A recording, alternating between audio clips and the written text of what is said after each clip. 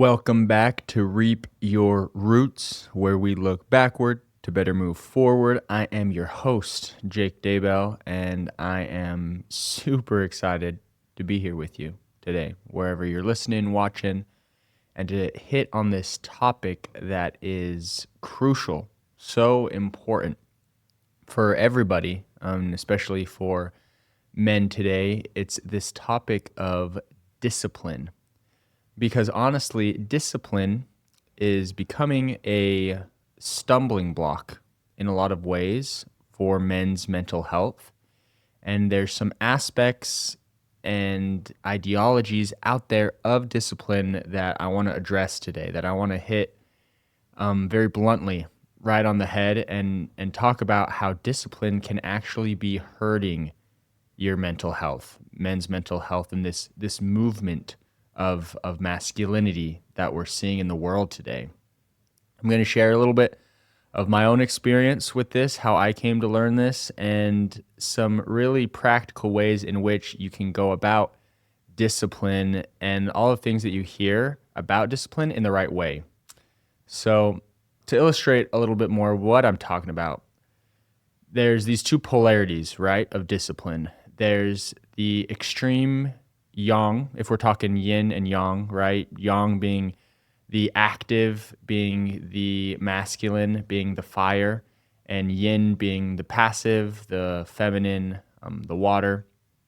There's those two polarities. And with the topic of discipline, we're seeing it right now where there's this extreme yang, extreme active, extreme masculine form of discipline that is just go, go, go. That is just, if it's hard, just do more, just go harder, just exploit yourself, just forget about whatever's troubling you and just continue and onward. And then there's this yin side of discipline, this more passive of you don't need to be so hard on yourself. You can let yourself off the hook. You can chill. You can just drift. You can coast. You can fall into the mundane. And these are two extremes, right? And they're actually both saying something important, but us as humans, when we resonate with something, we like going into the extremes. We like clinging to the extremes. So there's this way that we can find balance between these two polarities. And instead of being pro-yang or pro-yin, blending them together. I would say that yang form of discipline, the pro-masculine, is very much in this realm of what you would say is toxic masculinity. And then the yin form is very much this passive, no masculinity, honestly. There's those two extremes of you have people that are very toxic masculinity and just go, go, go, and then men with no masculinity that have lost touch with that primal itch and urge to go and to do and to take action, right? So we need to find balance here. And I think it comes with us finding how we need to approach discipline in general. And I want to illustrate this in my own experience with a story of mine, actually. A lot of you guys have probably heard about 75 Hard. It's this mental toughness challenge constructed over 75 days where you're doing tasks, you're doing disciplined tasks every single day for those 75 days, habits. And the point is to grow physically and build your body and get healthy. But the deeper point of the guy who created this 75 Hard program is more the mental toughness, is more doing what you say you're going to do and sticking to it even when it's inconvenient. Some examples of this within the program are like, you got to work out twice a day. For each one has to be 45 minutes. One of them has to be outdoors, no matter the weather. You have to drink a gallon of water a day. You have to read 10 pages a day. You have to stick to a diet. There's probably a few more in there. But that's the gist of it is you got to complete these tasks, and the point is to build this mental toughness. So I did my first attempt of 75 hard back in 2021, the start of 2021. And to give you a little bit of context of my life at this time, me and my wife had just gotten pregnant with our first kid. She was due, our daughter was going to be born in August, so towards the end of the year, which is a whole calling of fatherhood and stress in and of itself, coming of the unknown. But also, I had just started my first business. I had just invested 70, 80 grand into this business. And this business that I was starting was in a place I had never been to before, across the country from where I lived. So I was moving out there. I was trying to learn the market out there. It was a door-to-door sales. So I was trying to learn how the sale was different, how the market was different. Really just chose this place off of intuition, I'd say. But looking at all the things, I just chose this place. And then I was also leading a really big team, the biggest team I'd ever led. So a lot of management, leadership. A lot of the guys on my team were rookies. It was their first year doing this job, so that's even more management. And needless to say, with all of this perfect storm combined, I was really stressed. I could say chronically stressed at just day-to-day stuff, but also zooming out and looking at all of the growth edges that I was at. And because I recognized this intense stress in my life, I decided to do 75 hard. Because as men, as people, we start to, when we're getting these uncomfortable emotions of stress and of overwhelm, we start to slip on our discipline. We start to avoid important things in our lives that we need to get done because we don't want to deal with it, right? This is where procrastination comes in, apathy, burnout. These kind of things start with us slipping on those little points of discipline. And I was recognizing that I was starting to slip, so I started this program, this 75 hard program, to combat me slipping, but also the stress. And it actually worked really well. I started to feel at the end of each day a lot more accomplished, a lot more in line with what I needed to do. And I was actually getting a lot more done as well, which is such a paradox. You would think that when you're feeling overwhelmed and stressed, you need to do less. And we'll get to how sometimes that is true. But there's a huge paradox, especially as men, where we thrive in our masculine, where when you're feeling overwhelmed and you're feeling stressed, the answer a lot of the times is to do more. And that paradox I felt true in my life. And this was one of those times where as I started these tasks and these habits to build my routine and to fortify my mind, I felt the stress kind of disappearing. And it was amazing.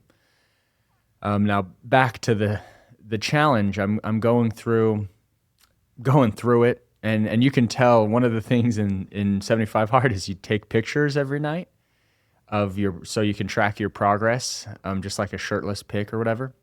And you could tell I was going through it. And there was times that, for example, when we were driving, moving our stuff across the country, where we had to stop mid-drive so I could get my workout in at night, or I had to take off my shirt in a gas station parking lot so that my wife could take a picture of me so that we could log it in the 75 Hard app.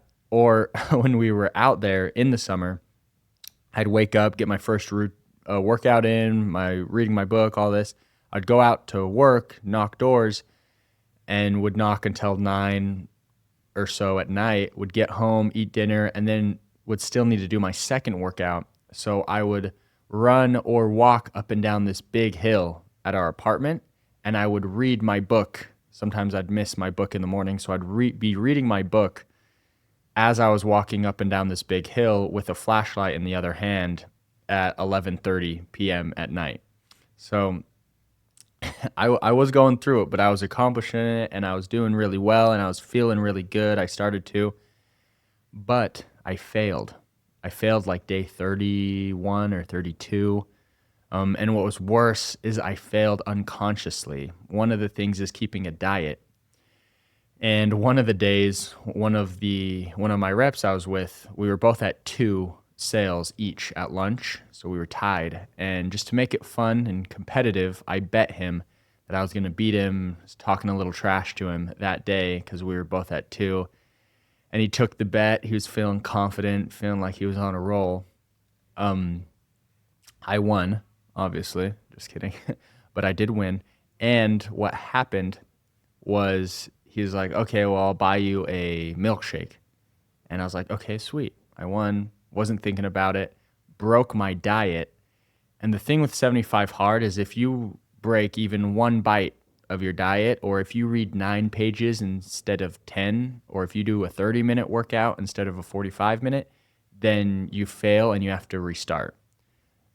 The reason is the guy, Andy Frisella, who started this program, wants you to be in integrity, which is also huge. It's a huge part of the program. I'd say the most important part is just being completely radically honest with yourself and then just keeping your integrity.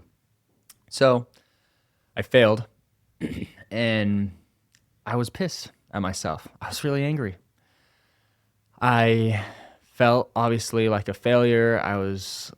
Couldn't believe it that I failed unconsciously. I wasn't even thinking about it. And anyways, the next day I was like, well, got to get back to work, as in this business. I didn't restart 75 Hard then. I was like, I'm about to get a lot more sales reps out here. It's about to get a lot more crazy. I'll revisit this at another time. And I pretty much forgot about it and forgot or suppressed, ignored these feelings of anger, of failing, of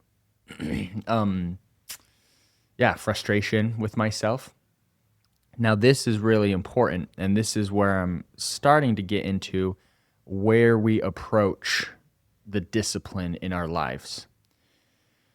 I realized at this time that I failed and I had to just keep going. So I suppressed the anger, but what happens on a subconscious level when we're suppressing feelings of anger or failure or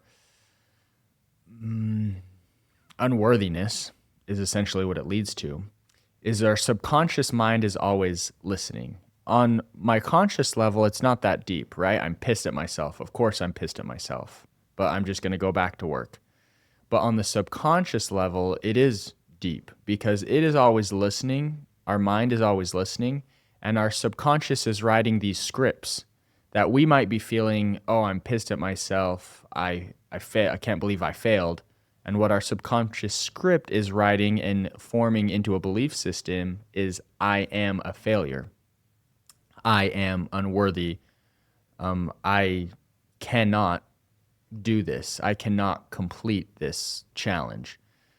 These subconscious scripts are outside of our awareness, and they are the things that are actually governing our moods, our states of being, but also governing the amount of success that we can experience in our life.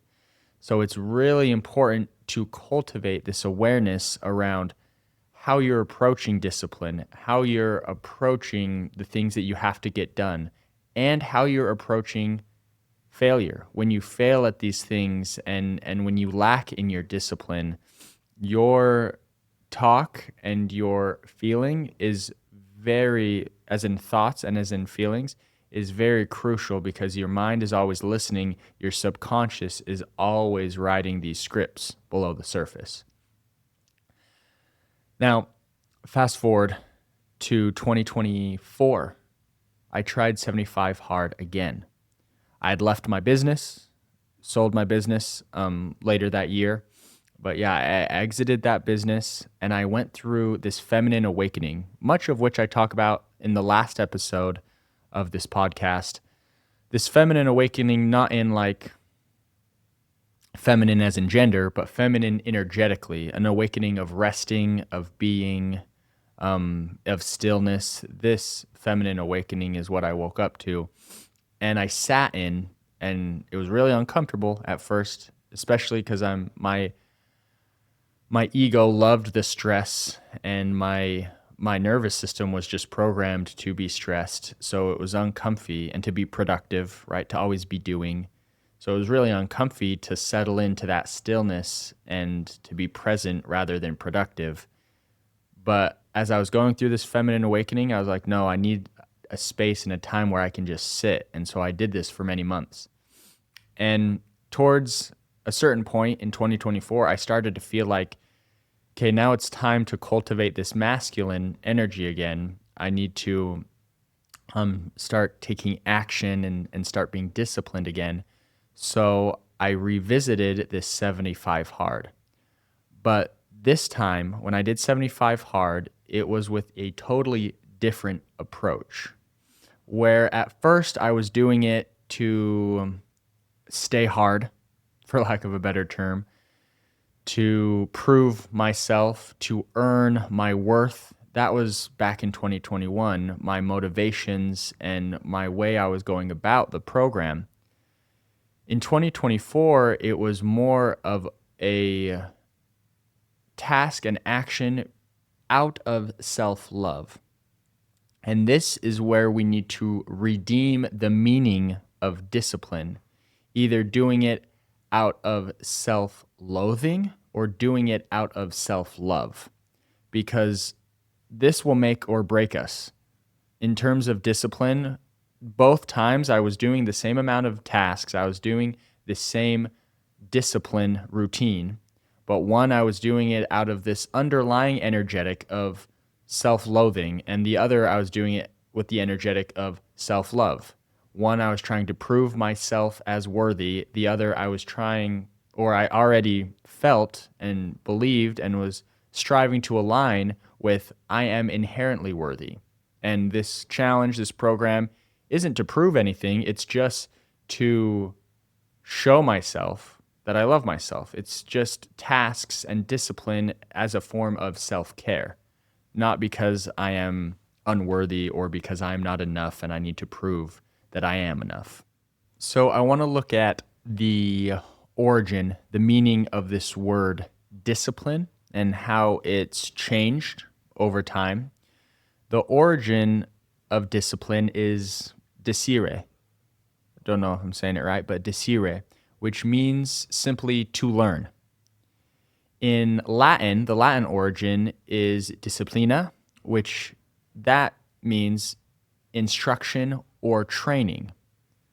So to learn, instruction, training, really falls in line with the origin of discipline that relates to disciple, which is to be a follower, to be a student. And that is essentially the origins and the meaning of this word. But something happened in the 13th century where the word got translated and used differently in the English language. Discipline in the 13th century represented punishment or chastisement, specifically punishment or chastisement in a cultural or religious sense and context, which obviously is going to bring a lot of baggage with it. Our new meaning in the 13th century with this word, just a byproduct when you hear about punishment in a cultural or religious context, the byproduct is a lot of guilt, a lot of shame, a lot of not measuring up. And I believe this started to shift the way in which even today we approach discipline.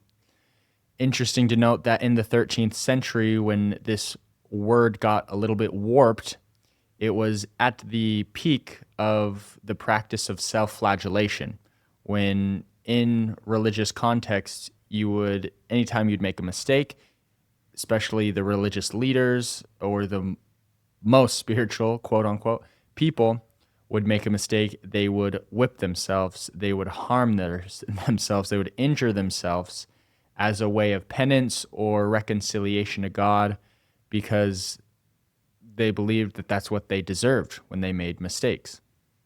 Might be really telling that today, when we lack or make a mistake with our discipline, we sulk and we at least emotionally self-flagellate with feelings of shame, feelings of guilt, feelings of never being enough. And this will only bring self-loathing, and it will only bring more resistance to our discipline, more of an uphill climb to achieve what we're trying to achieve by way of discipline. That is the toxic masculinity side of discipline of which I speak to. We're self-flagellating. We are emotionally, mentally believing, thinking, and feeling align and vibrating. Our vibration is aligning with guilt, with shame, with not being enough, with being unworthy. And that is the place in which we operate. That is the place in which we make a mistake, we engender more guilt and shame, and then we say, okay, I'm going to go back out there. I'm going to go back out there and I'm going to try again. And I'm moving from this place of guilt and shame because we haven't addressed really the emotions, the thoughts, the feelings, the belief systems that are being imprinted and ingrained on the subconscious level. We need to address those things. We need to free ourselves of this emotional self-flagellation around discipline if we are going to rise into this level, the true level of how we should approach discipline of self-love. Doing the tasks, doing the discipline because we love ourselves, not because we hate ourselves and because we're never measuring up, but because we truly, at our core, know we are worthy, inherently worthy, no matter what we do, no matter what we say, no matter where we rank with our discipline. We just have this felt sense of worthiness and love for ourselves. The discipline in and of itself is not bad. I'm just talking about the energetic behind it, right? The way that we feel about discipline and most importantly about ourselves. So a good barometer or a good way of self-analysis in relation to this question, or I guess here's a question in relation to discipline, is instead of thinking what you need to do, where do you need to improve? What areas? How do I show discipline? We ask those questions a lot. Ask yourself why you're being disciplined or why you're doing that thing. Not what do I need to do, but why do I need to do it? If you already know what you need to do, you know the discipline, which most people do that work on themselves and that care. Now start to really dive into the why you do it. Why are you disciplined? And I'm not talking about what's your purpose and what's your mission and what's your goal. I'm talking about the underlying thoughts, feelings, and beliefs of why you need to be doing this thing. Is it because you are not enough? Is it because you'll never be enough? A lot of times saying we're not enough yet or believing that turns into us never being enough. Is it because you're chasing success and you've just learned from others that you have to be disciplined in order to gain the success, attain this thing, achieve this thing? And so it's just forced. This discipline is forced because you saw other people talking about the way that they were disciplined and they're really successful, and that rang true to you, and you wanted the kind of success that they're experiencing. And so you're just doing it and you have to, but you haven't even turned inward and you haven't even looked inside if this form of discipline is aligned with what you need to be doing or even aligned with what your specific goals are. So ask yourself these questions. Don't just do things to do things, which I think that is like the first level of discipline, right? We're just doing it because we're undisciplined and we're in no masculinity, right? We're apathetic, we're procrastinating, we're not living up to our potential. So that first level of discipline is like, okay, just be disciplined. Doesn't really matter what, just discipline your mind by learning, discipline your body by going to the gym, your nutrition, But once you get that, and then there's this next level of discipline where you have to start to really dissect your motivations, your underlying reasons of why you're being disciplined. Because if we're not careful, we can start to operate and move with this energetic of unworthiness, which I didn't even realize, but that was what happened to me. The first time I failed 75 hard and other failures in my life, I didn't realize at the time that I was identifying with those failures. I was just like, oh, I failed. This feels uncomfy. I'm kind of pissed at myself. I kind of hate myself, but I'm going to get up and I'm going to go again because that's what you do. You know, the pressure's always on. And when the pressure's always on, there's no time to process. There's no time to reframe our beliefs and to try to come at discipline with a new sense of identity that's based in self-love. But not only do you feel horrible about yourself, but also it caps your success. Your success is going to be capped if you do not look at the underlying energetics of why you're disciplined. So ask yourself these questions. The one thing that I wanted to read is within my men's mental health community, I wrote a letter to them about this topic of discipline as we are trying in that Deep Roots Brotherhood, we're trying to shift from a place of self-loathing into a place of self-love with our discipline. And it's hard. There's a lot of layers and a lot of beliefs, conscious and unconscious, that we identify with, that we need to first bring to our conscious awareness. We need to identify where the beliefs are, and then we need to start to rewrite the scripts, right? Rewrite the story. And it's work. It's that inner work that we always talk about within the Deep Roots Brotherhood. So here's the letter, part of the letter of which I wrote to the brothers in there. Self-loathing is the energetic behind much of the masculinity movement today. Men feel a constant pressure, a deep wound of unworthiness. No matter how strict we are with our schedules or how hard we are on our humanness, the unworthy energetic persists. Discipline becomes the Band-Aid slapped across an ingrained belief that we are never enough. This affects not only our ability to feel okay, but it also directly affects our ability to master this core value, to stay disciplined. Because a man cannot do what he does not believe himself to be.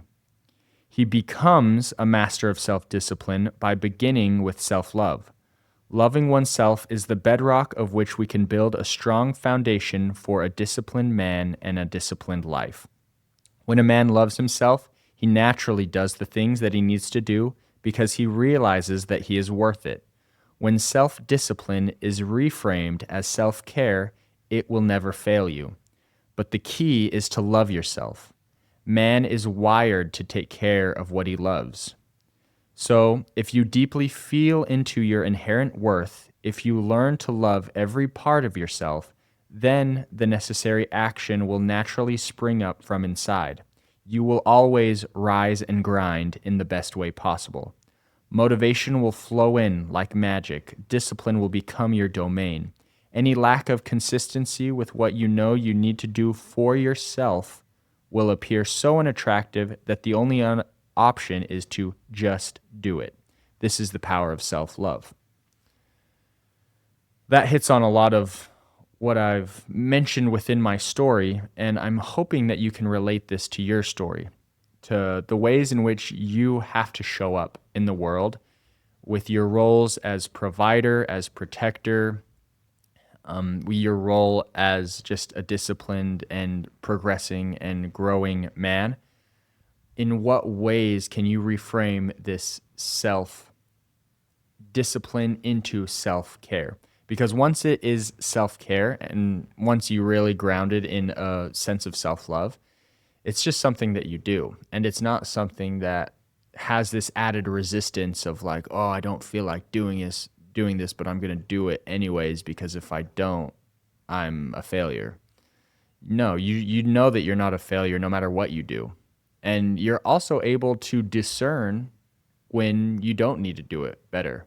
If you're operating from this place of self-loathing, there's no discernment. It's just I need to do it, and if I don't do it, I'm upset, and if I do it, I'm okay, but I'm proving that I'm enough that day, but I'm still never enough.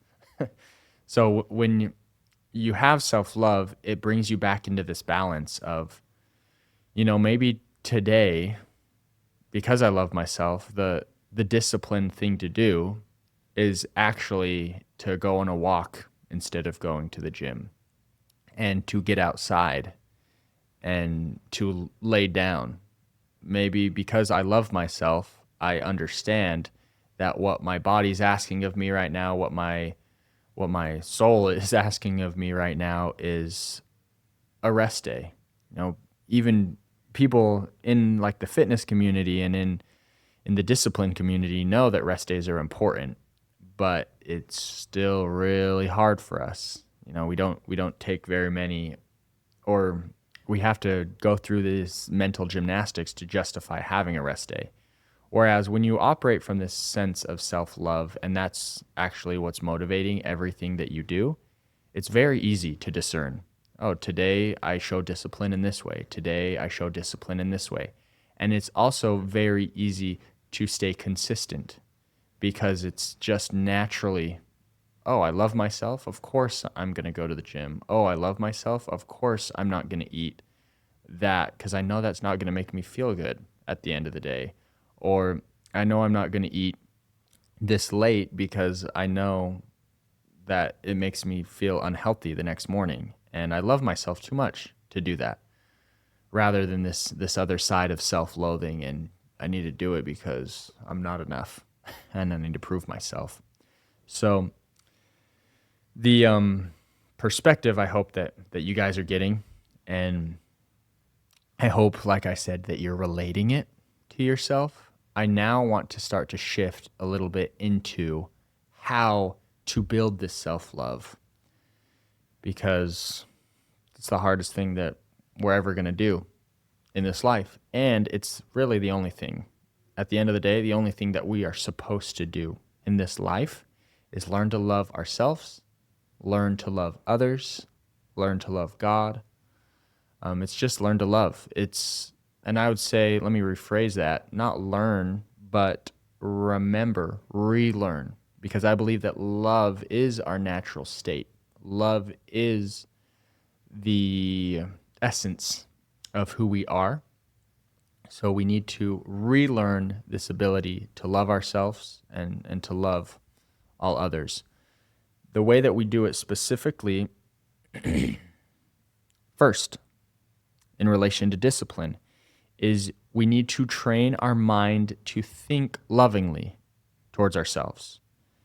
Now, this can be really hard, and it goes into a lot of the inner work that we do within Deep Roots Brotherhood and that everybody should be doing just in their life, is we need to be training our mind to think lovingly towards ourselves.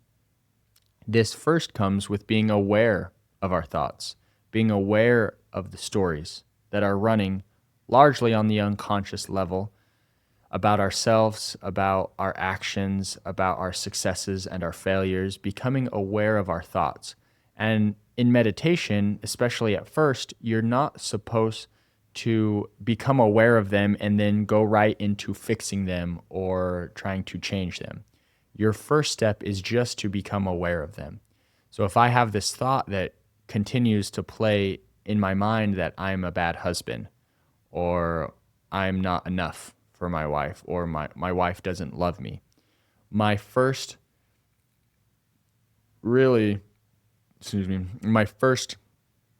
task really is to just become aware of it and to let it be, to observe it, to get detached from it. Let it be a thought, but let it pass by, because the thoughts in and of themselves aren't bad. Thoughts are going to happen, they're going to be triggered, and they're going to create a story. And our participation is what escalates that story. And then our belief, once we infuse our belief into that thought and into that story, that's when it becomes harmful. That's when they become dangerous. But the thoughts in and of themselves are are no big deal. If you're, and I speak to a lot of men, and this is an issue with men in general, but if you're a man and you are wanting to make love with your wife, because men's libido generally is higher than women's, it always varies, but let's say that you want to, she doesn't want to, and so that triggers in you because you have this desire and you can't fulfill that desire right now in this moment. So that's going to trigger in you a thought, oh, she doesn't love me. Oh, she doesn't care about me. Oh, she doesn't sacrifice for me, whatever. Now, that thought in and of itself that has been triggered, you have a choice now to believe or not to believe. If the thought is just the thought and it's just passing by and you chuckle at it, or you're curious about it, or you're wondering, or you ask the thought, where are you coming from? Why do you exist? Why am I thinking this? Is there something, some paradigm, some unconscious belief system, something in my past that happened that is bringing this thought, triggering this thought? But then realizing and taking accountability that you have the choice to believe that thought or not. You can believe it and you can suffer and you can go down that spiral, or you can choose not to believe it. And choosing what to believe, really within our thought level, is the way in which we can begin to think lovingly. Because using this example, tying it back to discipline and this underlying energetic of not feeling worthy, she doesn't want to, you want to, the thought gets triggered, I'm unworthy, or she doesn't love me, but then it eventually goes to, I must be unlovable. My own wife doesn't love me. She doesn't want to have this moment with me. I must be unlovable. And so there it is again, you're believing this thought that is getting ingrained on a subconscious level of that unworthiness. This is going to impact every area of your life. You need to think lovingly about yourself. You need to recognize when this is happening, be aware of the thoughts, don't engage, just be curious, and then be curious about your beliefs, right? And then you can begin to challenge your beliefs. You can begin to say, I don't think that's true. And this is how you teach yourself that you love yourself. That is just her experience. I'm just in my experience. I have this desire. The desire will be fulfilled down the road. Let me just sit with myself and see if I can fulfill this desire, this need, this sense of love, of belonging, of connection within myself. Let me see if I can love myself just as I am. And that is what a spiritual warrior is someone who instead of going down that spiral and clinging to the thoughts of she doesn't love me, I must not be lovable, and then just going into this unconscious and subconscious script and belief system and identity, a spiritual warrior is someone who stops that process, becomes aware of this thought, becomes aware of what they can choose to believe and takes accountability for their power of choice, and then rewrites the story. That's what a spiritual warrior does, and that is how you retrain your brain to think more lovingly. And it can be applied, this process can be applied of observing the thoughts, becoming aware of them, and then being curious, and then being challenging, and then choosing what to believe. That process can be used in everything. You fail at your morning routine. Oh, I failed again. Today's going to be a bad day. Today I've lost momentum. I don't deserve momentum or success today.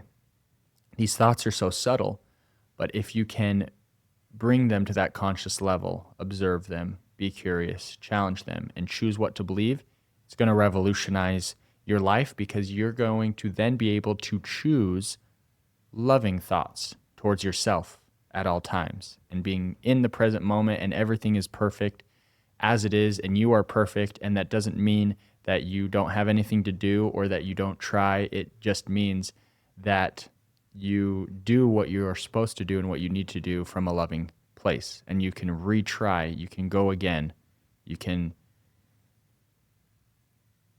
stay hard. You can, but you can do it in a soft way towards yourself. That's my new motto. Maybe stay hard but soft towards yourself and with a loving mind. So this is how you rewrite your mental story, but also you raise your consciousness. You become your higher self through this process. The number two way I've addressed think lovingly towards yourself is number one. Number two is learning to feel love for yourself.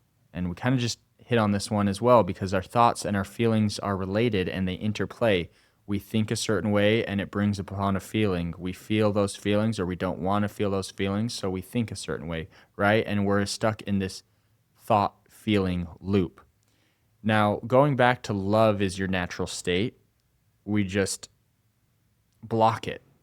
We set up blocks between feeling love for ourselves. It's not love, self-love isn't something that we have to learn like we've never known before or attain. We just have to remove the blocks that keep us from loving ourselves, the blocks that we've inherited, the blocks that we've learned through our upbringing, through experiences in our life, have placed these blocks in between us and love, between true unconditional love for ourselves and for all those around us. If you think back to children or to when you were a child, it's very easy for children to love themselves. My two girls love themselves so much. Marin, my oldest, she's 3. She is so proud of herself. Just this morning, she put on pink socks and purple princess shoes. And she comes out of her room. It's like 8 in the morning. It was the first thing she did when she woke up. She just woke up and put on these socks and shoes in her naked besides that. And she walks out. She says, "Dad, look at my pink socks." And I go, "Wow, Marin, those pink socks are beautiful." "Yeah, and look at my shoes." "Wow, Marin, I love those shoes." And she's just beaming because she put on these pink socks, purple shoes. She's just beaming and just so happy with herself, just loves herself so much. Then she goes, "Oh, I forgot my princess dress."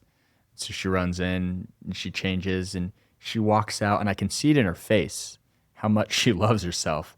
She walks out and just kind of looks not directly at me, just kind of to the side, looking kind of cute, trying to show off that she's wearing her dress, waiting for me to notice.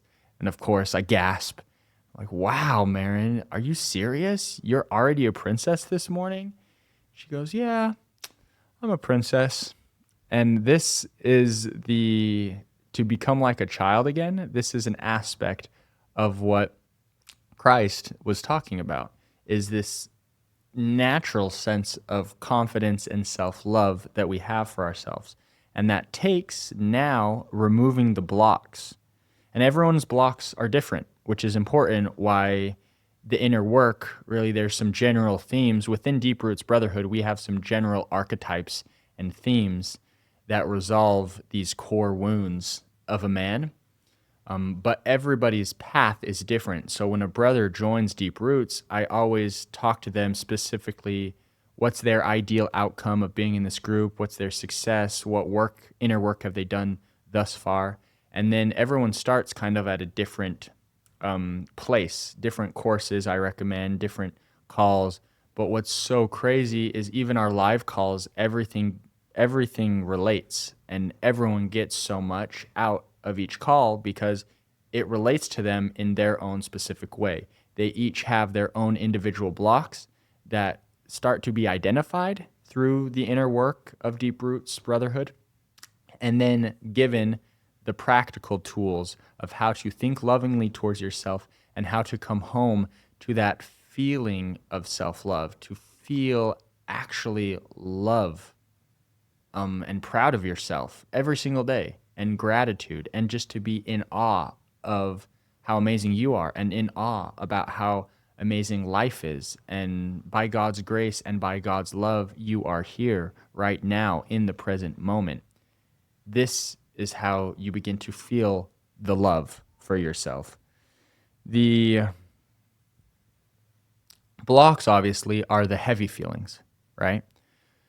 The heavy feelings that a lot of times we don't want to face, but identifying those and really going into them, going into the darkness, going into the caves that we don't want to enter, that we've shut the door years ago and we don't want to face, going into that. And many people in Jungian psychology, this is called shadow work, is looking at those shadows and even learning to love yourself through those shadows. I was dealing with recently in a hypno theta meditation within myself. I was dealing with something that I knew the answer to. I knew that I shouldn't be thinking this way about myself or feeling. And so I immediately, as soon as I identified it, I started to try to push back and reframe and use I am statements for the positive outcome, which is good. I should get there. But my mentor corrected me and said, whoa, don't go into fixing this problem right away. You haven't yet allowed this shadow and this part of yourself to be seen, hurt, felt, acknowledged. And you need to let that in first. You need to let in the shadow. It needs to feel welcome.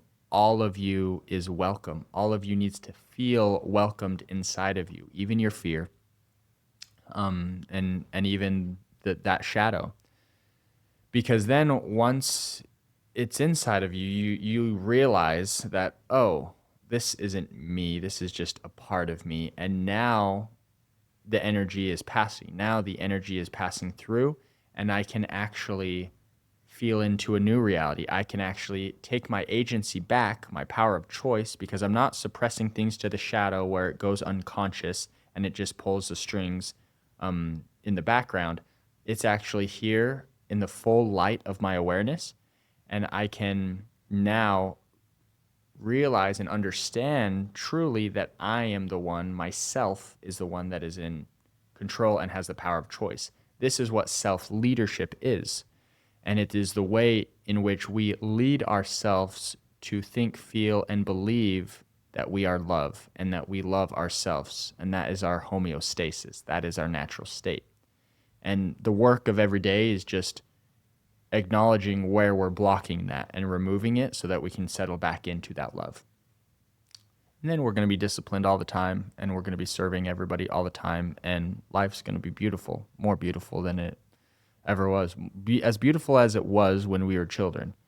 It's really easy for me to think back of, oh, I wish my life was like when I was like 9, 10. That was the dream.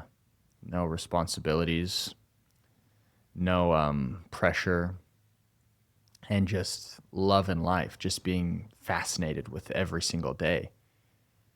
And I believe you can get back there. Honestly, you can. I know that you're going to have responsibilities, and the structure of life isn't going to be the same now. But the feeling that that inner child had back then is completely available to you now. And it starts with reframing these things like discipline, like your responsibilities, like what you're supposed to do. And you can still do all of it, but just reframing the underlying energetics around it to one of self-love. So a more practical way in which you can do this, and the third and final tip that I'll give you, the first is train your mind to think more lovingly. The second is learn to feel love for yourself. Remove the blocks so that you can allow yourself to be proud of yourself and to love yourself. And the third is in your discipline practice, before you do whatever you're about to do in the name of discipline, set this intention of, I'm doing this because I love myself. I'm doing this because I care about myself. Like I mentioned, men are wired to take care of the things that they love. And they are wired to love more and more every day the things that they take care of. If they spend time taking care of something, they are going to eventually love it. So if you spend time setting this intention before your discipline as I'm doing this because I take care of myself, because I love myself, then it's going to just rewire your mind to think lovingly. It's going to just open your heart so that you can allow this love in and it can be felt truly as an unconditional, ever present love. The feelings of unworthiness and of forcing before you go into this discipline practice, whether it's going to the gym or going to work or whatever you need to do, you become aware and conscious. Ask yourself, where am I forcing?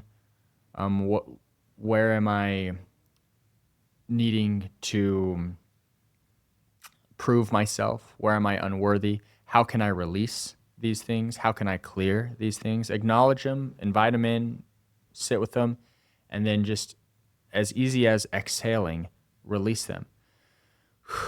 And then inhaling, breathing in that new intention, right, of self-care, of self-love. Because if your identity is rooted in that love, consciously and unconsciously, then discipline is going to be that natural byproduct, like I've said. I want to read, just to finish up, last thing, a little bit more of this letter, kind of tying it all back in to when we were talking about the root word of discipline. And it says, I wrote, returning to the root words of training, of learning, of instruction. A man must train his mind to think lovingly. He must learn to open his heart during success or failure. He must pour love into himself, and that love will give him the wisest instruction.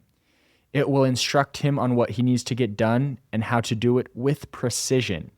He will train on the battlefield of life in a more balanced way. He might have mishaps still, but far fewer. And when they happen, he will quickly return to his discipline because he loves himself too much to walk any other path than this. And so it is. Can I get an amen? I hope that this changes the way that you approach discipline and that you can shift in your mind this ever important thing that is killing us, literally, this men's mental health stumbling block of discipline. Let's come back into balance. Let's do it within ourselves and then help each other do it. It's what we're about in Deep Roots Brotherhood. If you're interested in diving even deeper into this topic, deeprootsbrotherhood.com. You can see what we're about there. Of course, appreciate and love the love that you give me through liking this show, giving it a review on wherever you're listening to your podcast or on YouTube or whatever. I love y'all, and stay disciplined and stay loving, and remember to keep smiling.